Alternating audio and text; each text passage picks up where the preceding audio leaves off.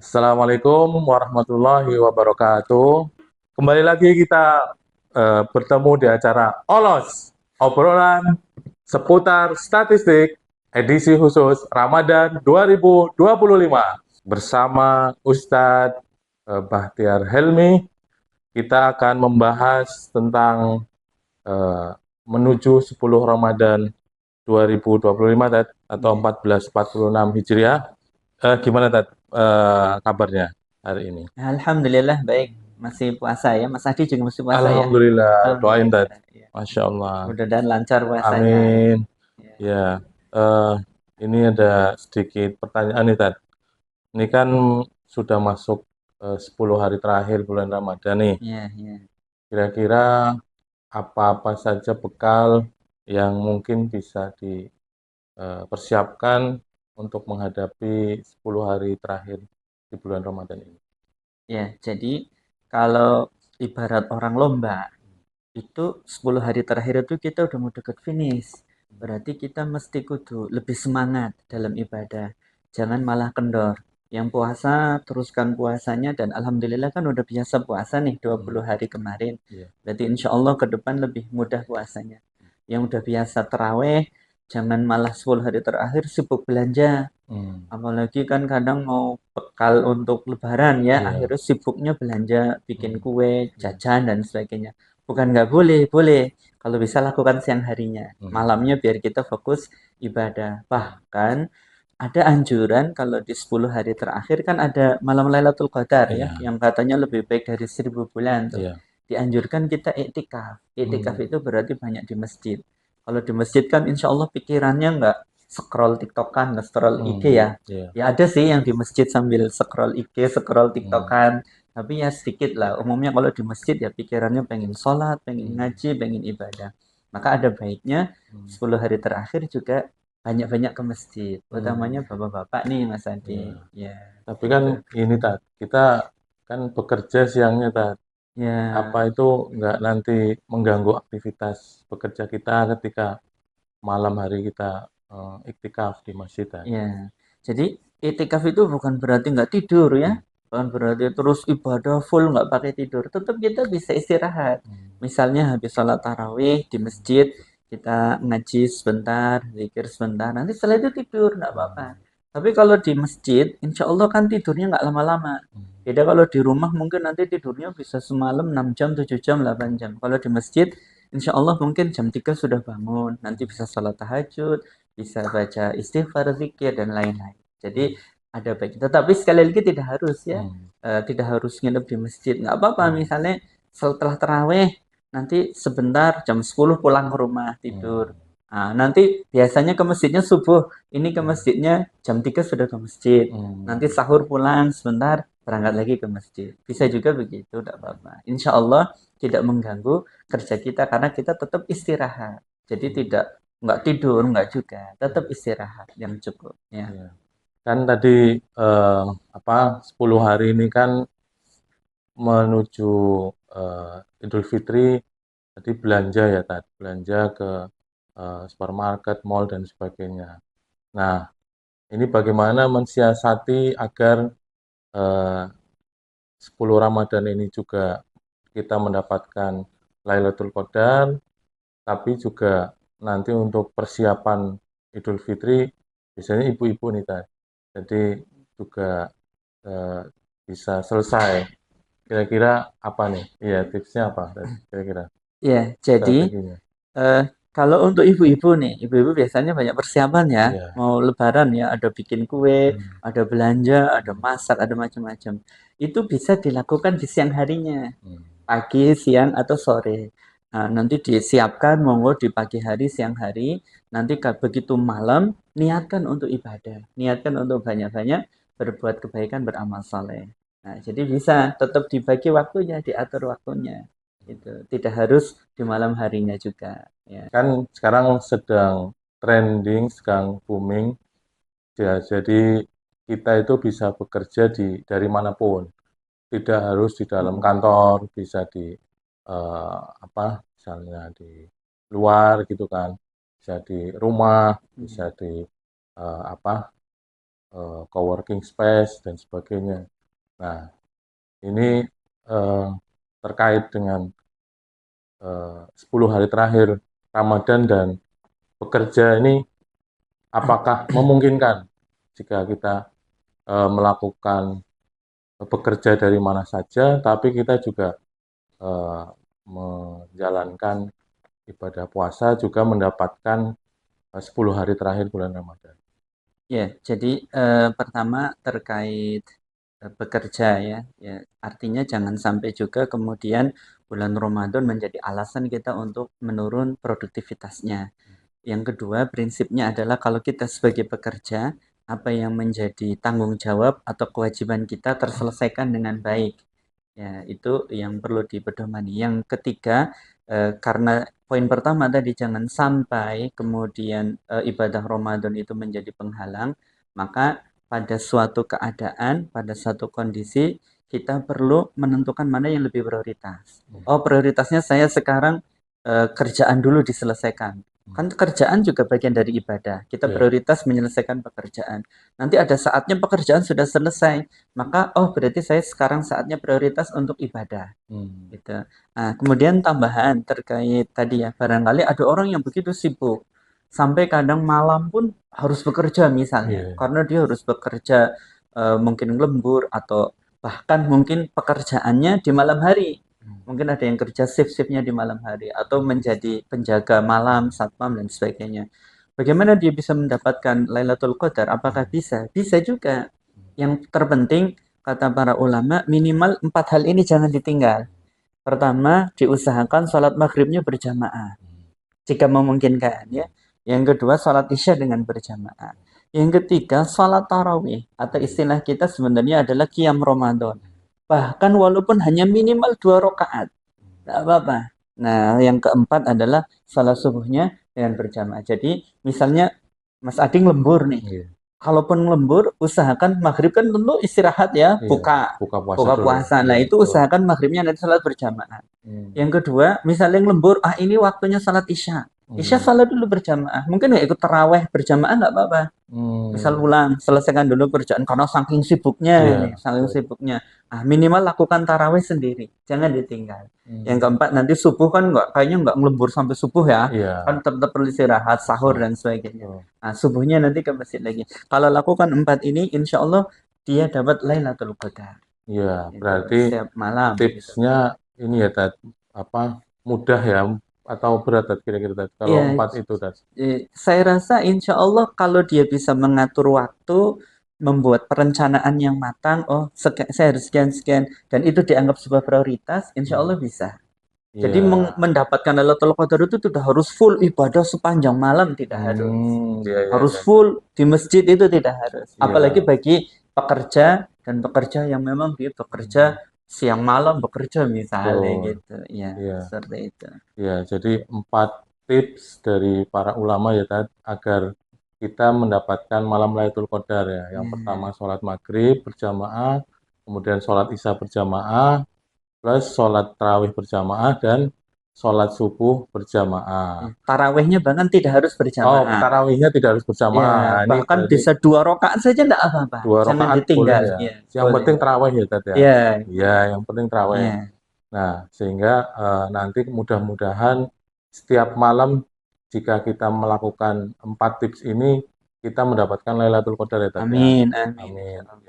Ya, jadi mungkin yang berat itu kalau subuh Tad. Karena sahurnya kadang ini ya, terlalu pagi, terlalu malam gitu. Jadi misalnya jam 3 atau jam setengah 3 gitu Tad. Karena kebiasaan di kampung-kampung atau di kita itu kan membangunkan sahur itu jam 2, jam setengah 2 gitu. Sehingga setelah sahur biasanya kebiasaan dari kita ya itu tidur lagi, sehingga subuhnya kadang kebablasan. Ya, itu yang mungkin harus disiasati ya. Jadi begini, ini juga penting bahwa di dalam ajaran Islam itu kewajiban tidak akan bisa dikalahkan oleh kesunahan. Ya, sesuatu yang wajib tetap nilainya akan lebih tinggi daripada yang sunnah. Sebagai contoh misalnya sholat subuh. tetap nilainya akan lebih tinggi, lebih utama dibanding sholat tarawih, dibanding dengan sholat tahajud sekalipun, dibandingkan dengan kita makan sahur dan sebagainya. Maka diusahakan kita fokus juga ke yang wajib. Jangan hanya kemudian gara-gara fokus kepada yang sunnah, nanti yang wajibnya ketinggalan. Nah, terus gimana mensiasatinya? Ya tadi ya, diusahakan misalnya daripada kita bangun jam 3 terus tidur lagi tapi subuhnya telat, lebih baik bangun jam 4, terus makan sahur, siap-siap salat subuh berjamaah. Itu lebih baik. Daripada bangun jam 3, bangun sahur, nanti tidur lagi, subuhnya jam 5, jam setengah 6. Iya. Gitu. Mungkin bisa disampaikan, Dad, apa keutamaan sholat subuh berjamaah, Dad? Jadi biar kita bisa termotivasi dan menjaga gitu, Dad. Ya, Dan juga mungkin nanti bisa ditambahkan juga apa keutamaan sholat isya berjamaah sehingga kita juga bisa menjalankan gitu. ya. Kira-kira apa, Dad? Jadi kalau kenapa tadi saya sampaikan minimalnya sholat isya dan sholat subuh? Karena Nabi bersabda bahwa orang yang sholat isya dengan berjamaah dan juga sholat subuh dengan berjamaah itu dinilai seakan-akan dia sholat sepanjang malam. Sepanjang malam, Dad? Ya, seakan-akan dia mendapatkan pahala sholat sepanjang malam. Oleh karena itu, kalau bisa jangan sampai ditinggal ini. Sholat isya dengan berjamaah ditambah dengan sholat subuh berjamaah. Misalnya tadi sibuk, nggak bisa taraweh, nggak apa-apa, udah isyanya dulu aja yang penting. Isyanya berjamaah. Misalnya isya pulang nggak apa-apa. Lanjutkan kerjaan. Misalnya masih ada kerjaan, ya. Misalnya sibuk ya. Ya ini saking sibuknya dia. Yang penting isyanya jamaah. Setelah itu dia pulang. Setelah pulang nanti agak longgar sholat tarawih sendiri. Ya mungkin 2 rakaat boleh, 4 rakaat boleh semampunya. Witirnya 1 rakaat juga boleh. Gitu. Nah, setelah itu nanti subuhnya jangan ditinggal. Berarti kalau kita bisa sholat isya berjamaah dan subuh berjamaah itu seakan-akan kita sholat semalam suntuk ya, Dad? Ya, seakan-akan sholat semalam suntuk sepanjang malam. Sepanjang malam ya, luar biasa sekali.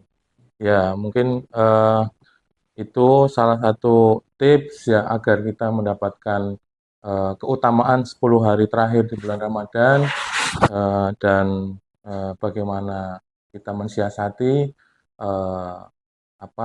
antara bekerja, kemudian mempersiapkan nanti untuk Idul Fitri, untuk ibu-ibu ya, atau yang lainnya. Kemudian kita juga tetap bisa mendapatkan keutamaan malam Lailatul Qadar, yaitu dengan 4 hal. Yang pertama tadi adalah sholat maghrib berjamaah, kemudian sholat isya berjamaah, melakukan sholat tarawih, boleh berjamaah, boleh tidak, kemudian meskipun hanya 2 rakaat, kita usahakan melakukan sholat tarawih. Dan yang berikutnya yang keempat adalah melakukan sholat subuh secara berjamaah. Menurut pandangan Ustadz, kenapa ketika Ramadan atau menjelang Idul Fitri ini barang-barang kok naik gitu? Secara kasat mata aja menurut Ustadz ini, pandangan Ustadz gimana? Ya, jadi biasanya kalau menjelang Idul Fitri, termasuk ketika memasuki Ramadan, permintaan akan barang-barang itu banyak. Jadi misalnya orang untuk kepentingan konsumsi ya, ada orang yang konsumsi di bulan Ramadan boleh jadi dia lebih besar daripada walaupun puasa. Misalnya apa? Untuk buka. Untuk buka nanti dia nyiapkan ada gorengan, ada kolak, ada macam-macam makanan gitu ya. Jadi akhirnya apa? Pengeluarannya menjadi besar. Karena ini baru saya, belum nanti Mas Adi, belum nanti yang lain. Sehingga karena permintaannya banyak, akhirnya apa? Akhirnya orang kemudian akhirnya pedagang secara otomatis hukum ekonomi permintaan banyak, barang yang tersedia standar tidak bertambah banyak ya, maka kemudian harga menjadi naik. Nah, tapi yang penting begini, khususnya untuk ibu-ibu tadi ya, ibu-ibu yang memang belanja kemudian mengalami kenaikan harga, yang pertama tetap bersabar. Ya, toh ini tidak terjadi setiap hari, hanya momen-momen tertentu saja. Ya, jadi ya yang kedua niatkan saja untuk berbagi kebaikan. Ya, bahwa dengan kita jual beli, insya Allah ada keberkahan ketika diiringi dengan keikhlasan ya. Terus pesan juga kepada ibu-ibu yang sering belanja di pasar, kalau nawar jangan kebangetan ya Mas Adi ya. Kalau nawar ya sewajarnya aja. Ya Iya. kita sama-sama berbagi rezeki. Mungkin beberapa saudara kita yang pedagang juga mereka pengen dapat berkahnya Ramadan dengan mendapatkan banyak Keuntungan, keuntungan dari betul. jual belinya. Ya kita berbagi rezeki, ada yang jualan bakso kita beli baksonya, ada yang jual sayur kita beli sayurnya, ada yang jualan makanan kita beli makanannya. Insya Allah kalau apalagi kayak Mas Adi nih Hmm. baru dapat THR Masya misalnya. Allah. Nah, itu THR-nya jangan hanya disimpan. Ya. Kalau bisa digunakan, Hmm. dibelanjakan. Ya, Hmm. dibelanjakan THR-nya agar kemudian ekonomi juga hidup. Ya, suasana Ramadan terasa berkahnya untuk semua. Nggak cuma pegawai yang merasakan Hmm. nikmatnya dapat THR, ya toh. Nggak Ya. cuma karyawan, tapi juga pedagang-pedagang. Alhamdulillah karena karyawan, karena pegawai dapat THR, mereka pada beli dagangan saya, mereka pada belanja ke saya. Itu dalam Islam disebut likaila yakuna dulatan bainal aghniya'i minkum, agar harta itu berputar. Harta Hmm. itu berputar, tidak dipegang, tidak dikuasai oleh beberapa orang. Dan itu di antara berkah Ramadan terjadi perputaran harta, perputaran uang. Ya kita nikmati saja lah, tidak terlalu sudah terlalu, aduh, ini susah harga. Ya kalau memang mampu beli, kalau memang nggak mampu beli secukupnya. Ya gitu aja. Ya, jadi Ya, THR-nya diputar ya Tat ya, ya dibelanjakan, dibelanjakan ya. jangan cuma Jadi disimpan aja. ekonominya jadi tumbuh ya Ya Tat ya. ini untuk. Luar biasa sekali. Lebaran kali ini apakah Ustadz mudik ke mana gitu Tat mungkin? Sementara belum, Mas Ade. Ya Oh, sebenarnya ada rencana pengen mudik ke Kalimantan ya, uh, Samarinda. jauh sekali Tat. Iya, Rumahnya siapa Tat? itu rumahnya mertua, Oh, mertua, istri Masya orang Allah. sana. Oh, berarti Ustadz asli orang sini ya? Iya, saya asli orang sini. Ya, Ini rencana, sebenarnya ada rencana mudik ke sana, tapi melihat ya. situasi kondisi sementara kayaknya belum dulu. Oh iya. Jadi kan Gimana terkait gimana? mudik ini kan juga apa harga tiket kereta, tiket bis, tiket pesawat itu kan biasanya juga naik juga Tat. Nah, ini menurut pandangan Ustadz nih, eh, gimana atau kenapa sih pada saat mau Lebaran ini harga tiket atau untuk mudik aja kita untuk berkumpul dengan keluarga ini kalau yang menggunakan fasilitas umum ya, kalau yang pakai mobil pribadi atau fasilitas pribadi kita mungkin enggak ya. Nah ini kenapa harga tiket ini kok naik gitu Tad? Menurut pandangan Ustaz gimana ini? Iya, mungkin seperti tadi sama dengan barang-barang pada umumnya ya. Jadi barang-barang akan mengalami kenaikan ketika permintaannya tinggi. Hmm. Nah, begitu juga dengan tiket, entah tiket kereta, tiket kereta biasanya stabil ya, malah Stabil, ada kereta, terutama tiket pesawat tiket biasanya. pesawat ya Nah, Tad. tiket Betul. pesawat itu kadang mengalami kenaikan yang signifikan karena permintaannya tinggi. Banyak Hmm. orang yang pengen menggunakan jasa penerbangan itu sehingga otomatis membuat harganya jadi Jadi naik. Nah, naik. mungkin di antara tipsnya ada beberapa teman yang mungkin sudah mencoba ya, Hmm. itu membeli tiket jauh-jauh hari. Hmm. Ya, biasanya mungkin sekitar 2 bulan, 3 bulan sebelum perjalanan dia sudah pesan tiket. Nah, itu biasanya bisa dapat harga tiket yang Promo. lebih murah lah. Oh Ya, paling ya. tidak lebih murah dibandingkan dengan kalau belinya baru sekarang mendekati Lebaran Lebaran. gitu. Nah, tapi perlu diingat juga begini, kita perlu meluruskan niat ya. Jadi bahwa sesungguhnya mudik itu kan kita punya niatan baik, Ya. yaitu menjalin Silaturahmi silaturahim, menjalin hubungan dengan keluarga. Mungkin anak pulang ketemu dengan orang orang tuanya. tuanya, atau mungkin yang sudah nggak ada orang tua tetap mudik ketemu dengan kakaknya, adiknya. Artinya niatnya kan baik, niat silaturahim. Maka insya Allah ketika kita niatnya ibadah, niatnya silaturahim, setiap yang kita keluarkan berupa uang tadi untuk beli tiket, untuk beli makanan, untuk belikan oleh-oleh dan macam-macam, itu semua mendapatkan pahala dari Allah Subhanahu wa taala. Bahkan ketika kita niatnya tadi ya bawa oleh-oleh tidak hanya untuk keluarga, juga untuk tetangga, untuk macam-macam, itu semua ternilai sebagai pahala sedekah kan. Nah, Ya. maka ya satu memang harus dipersiapkan, kalau perlu nabung, direncanakan. Saya tahun depan mau mudik, berarti dari sekarang niat nabung dan sebagainya mengumpulkan uang. Kedua, ketika sudah terkumpul uangnya dan itu habis, tidak perlu disesali. Misalnya, aduh, ini gara-gara saya mudik mudik nih uangnya habis habis banyak. nih, gitu habis banyak, habis sekian puluh juta. Iya. Ya nggak apa-apa, insya Allah itu bernilai pahala di sisi Allah Hmm, dan yakin dan sebagaimana yang sudah sering mungkin dialami oleh yang mudik, nanti Allah kumpulkan lagi uangnya. Masya Nanti Allah. Allah adakan lagi rezeki untuk dirinya. Amin. Nah, jadi jangan jangan khawatir habis uang untuk mudik, apalagi Hmm. niatnya untuk ketemu Orang orang tua. tua, berbuat baik kepada orang Orang tua, tua. birrul Birrul walidain. walidain. Ya, kadang-kadang ada orang tua itu yang anaknya di perantauan, harapannya yang penting anaknya pulang. Ya, Ya, bisa betul. ngumpul waktu lebaran itu udah luar biasa membuat senang orang tua. Hmm, Membahagiakan orang tua dengan anaknya ngumpul itu sudah pahala yang luar luar biasa biasa. besar. Maka tidak kalau untuk urusan pahala apalagi membahagiakan orang tua tidak perlu terlalu hitung-hitungan. Ya perlu dihitung Gitu. kemampuan tapi jangan terlalu nemen gitu, Ya, keterlaluan. ya, Gitu. Jadi melihatnya sisi positifnya itu ya, ya.